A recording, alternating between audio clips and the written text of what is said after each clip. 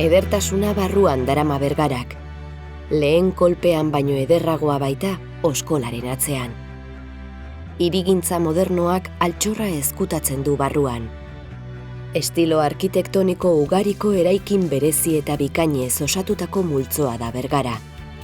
16 eta 18. mendeetako arte europarraren erakusketa errepika ezina.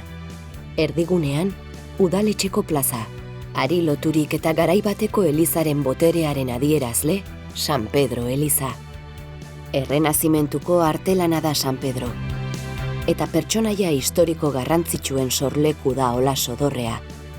Jatorrian, Olaso familiarena, eta gero Monzondarrena.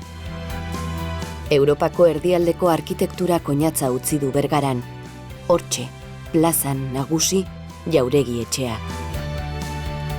Handi eta dotore, Azkarate Marutegi jauregia.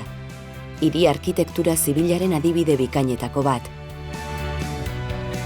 Alde zaharreko beste muturrean Arrese etxea, antzestoki dirudien balkoia kalean nagusi.